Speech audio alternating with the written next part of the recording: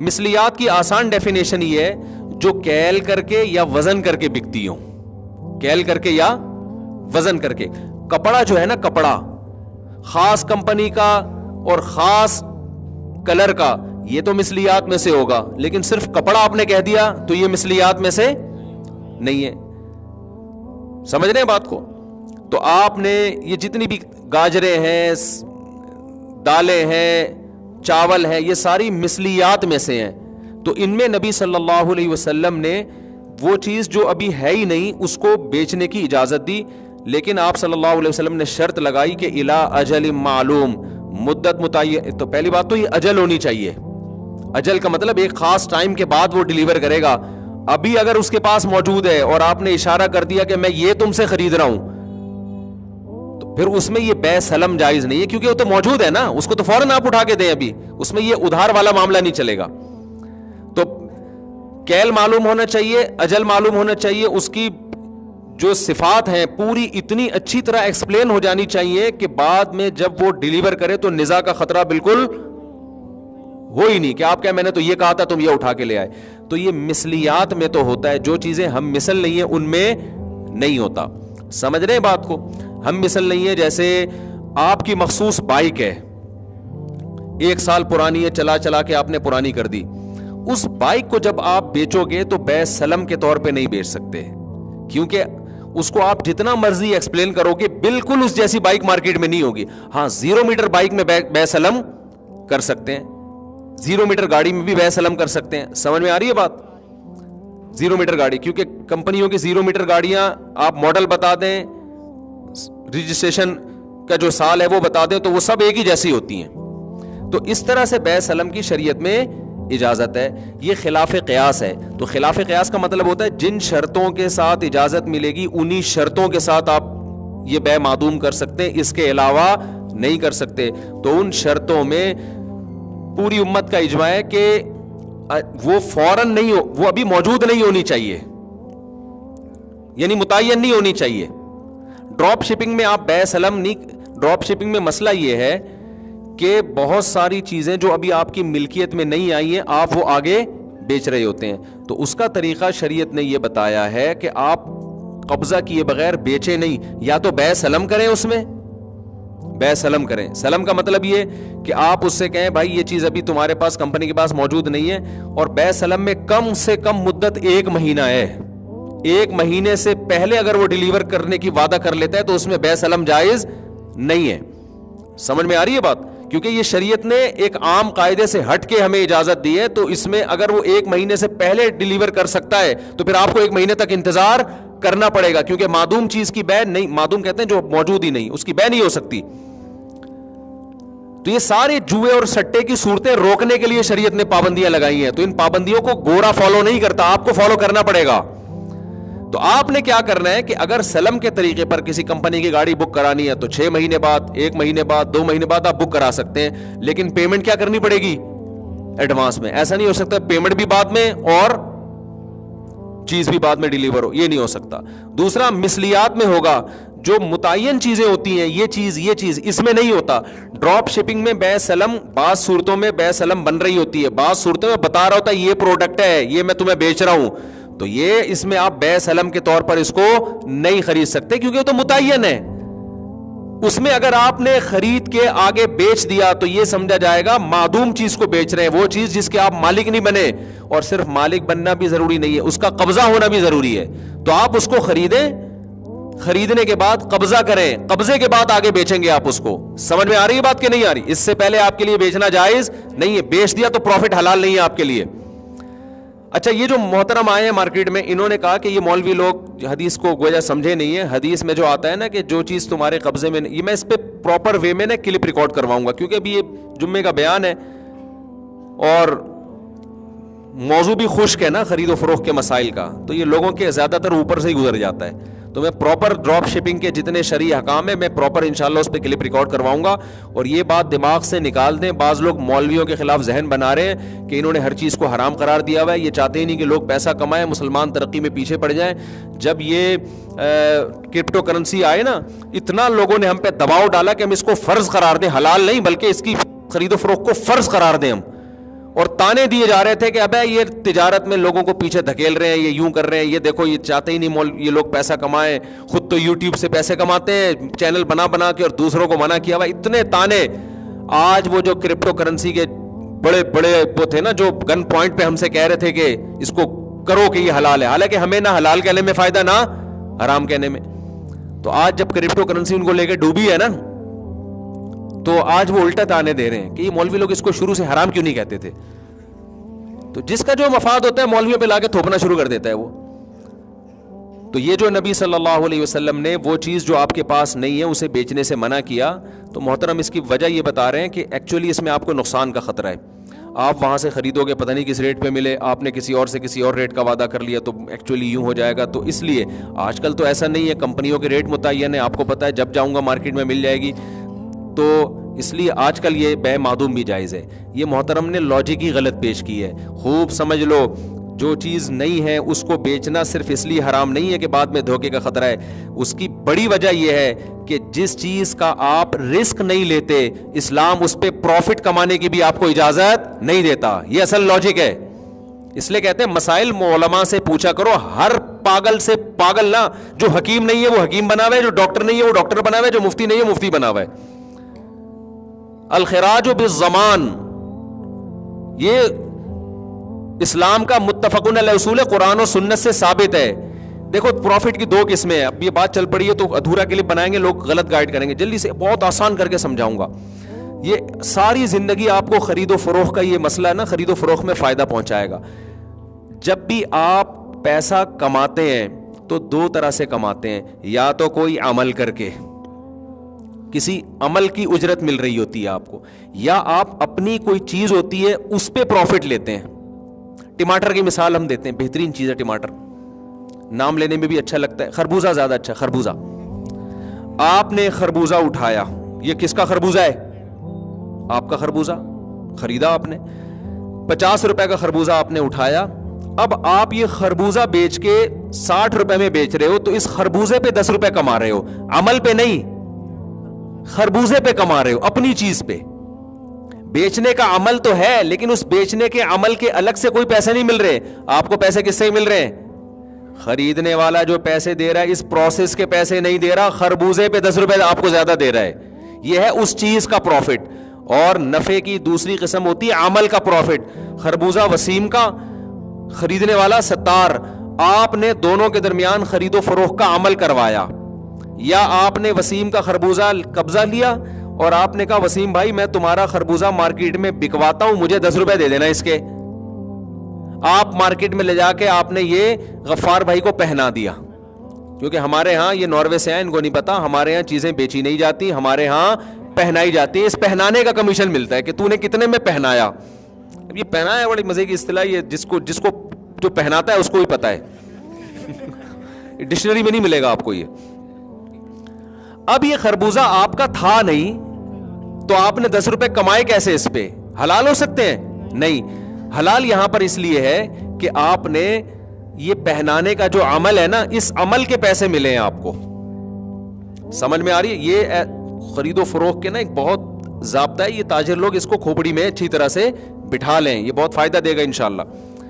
ایک ہوتی ہے عمل کی اجرت, ایک ہوتا ہے اس چیز کی کا نفع جو آپ کی ہے. تو عمل کی اجرت تو اس میں ایک شرط ہے کہ عمل جائز ہو اور اجرت متعین ہو. آئی بات سمجھ میں؟ عمل جائز ہو اور اجرت بولو متعین. یہ دو طرح سے جائز ہے. ایک تیسری طریقے سے بھی جائز ہے یہ کہ جس کو مزاربت کہتے ہیں. آپ نے اپنی پیسہ دیا کسی کو 10 لاکھ روپے, یہ 10 لاکھ سے بھائی تو بزنس کر, پیسہ آپ کا ہے, عمل کس کا ہے؟ عمل اس کا ہے. تو اجرت متعین نہیں کی آپ نے, بلکہ آپ نے کہا تجھے عمل کے پیسے ملیں گے, لیکن کتنے, جتنا پروفٹ ہوگا نا اس میں سے اتنے % تیرا, اتنے % میرا. یہاں بھی اجرت متعین نہیں ہے, لیکن اسلام نے اس کی بھی اجازت دی ہے, لیکن یہ بھی عمل کی اجرت ہے. سمجھتے ہو؟ جس نے پیسہ انویسٹ کیا اس کو عمل کی اجرت نہیں مل رہی, اس کو اس کی چیزوں کی اجرت مل رہی ہے. لیکن جو محنت کر رہا ہے اس کو اجرت چیزوں کی نہیں مل رہی, اس کو کس کی مل رہی ہے؟ عمل کی مل رہی ہے. آئی بات سمجھ میں؟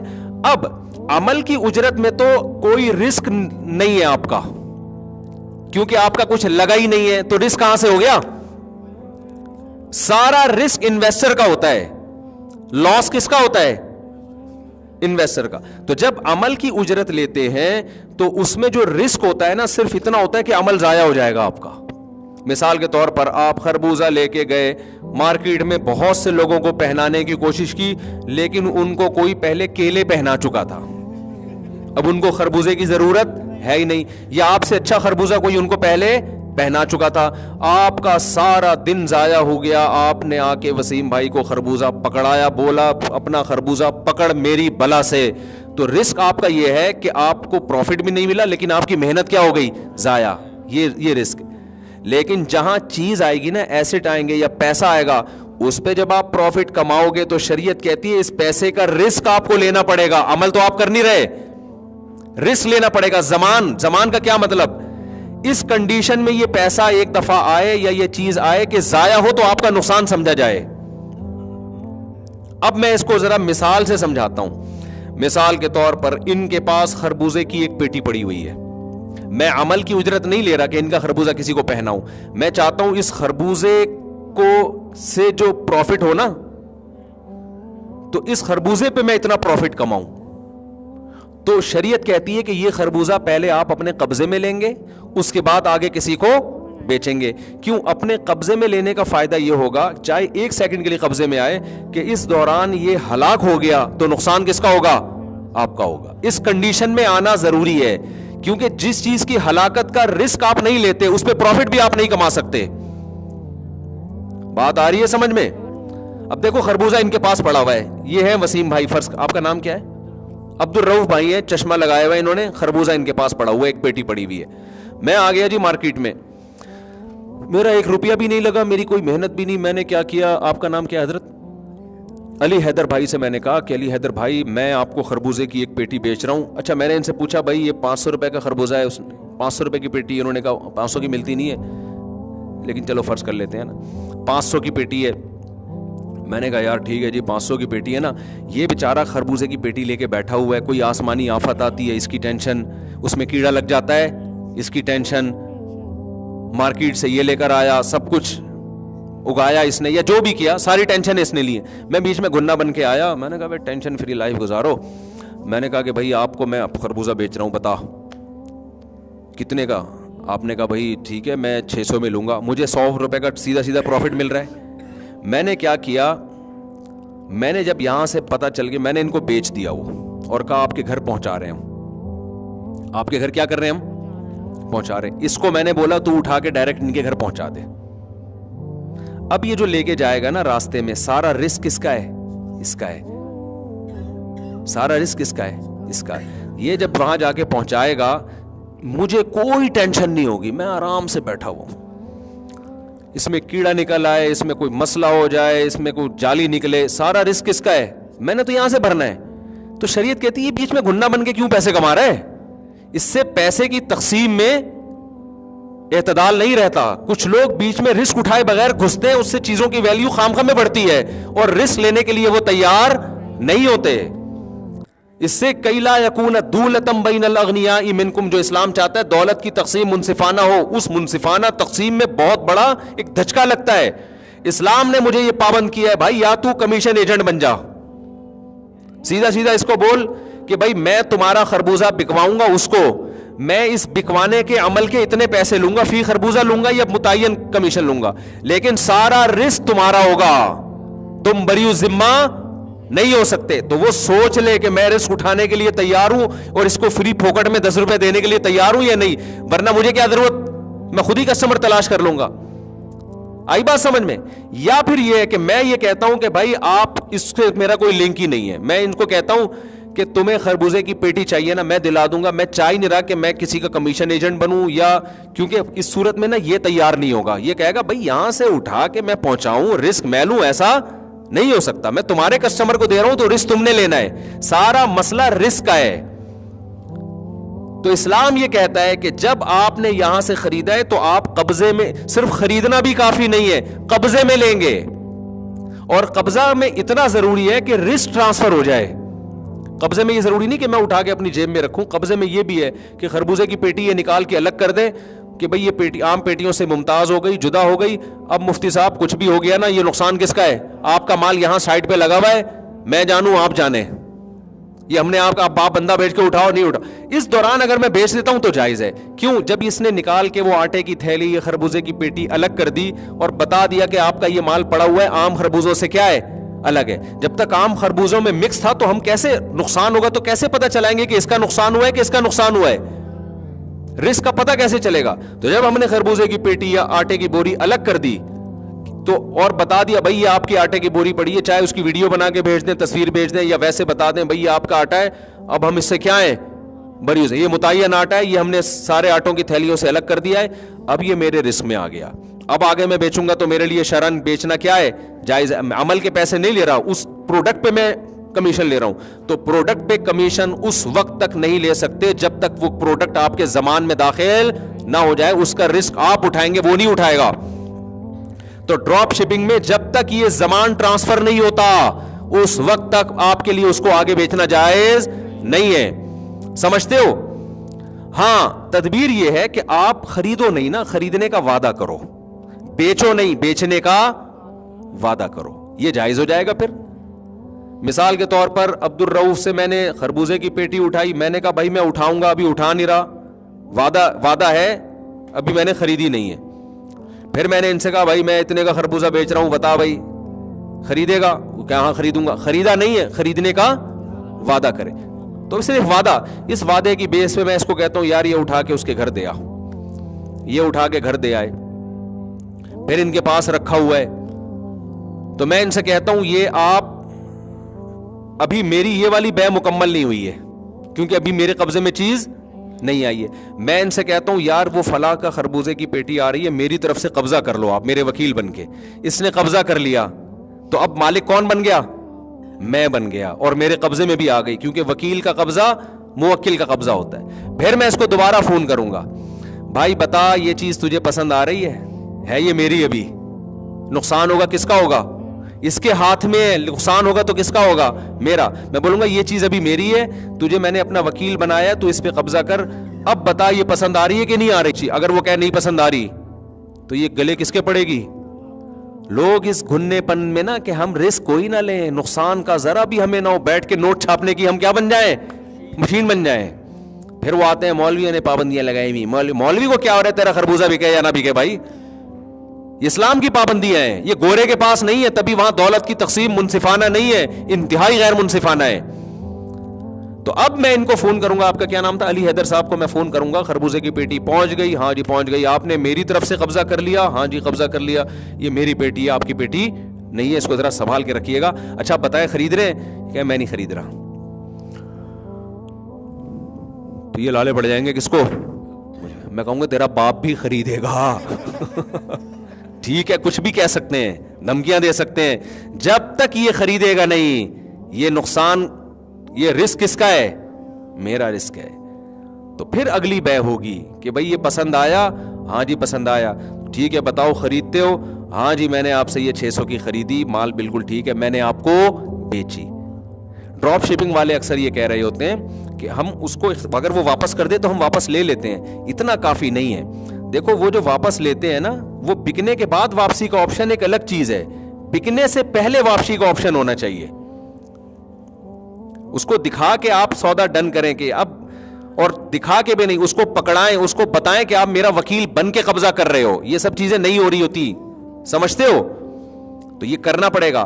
اور آسان حل اس کا یہ کہ آپ کمیشن ایجنٹ بن جائیں. سیدھا سیدھا آپ عبد الرؤف سے بولیں کہ عبد الرؤف بھائی میں تمہارا خربوزہ علی حیدر کو بکواؤں گا, اور میں تمہارے لیے کسٹمر لے کر آؤں گا, فی خربوزہ مجھے اتنا پروفٹ چاہیے. ٹھیک ہے نا, 500 کی پیٹی ہوگی تو مجھے 100 روپے اس میں چاہیے.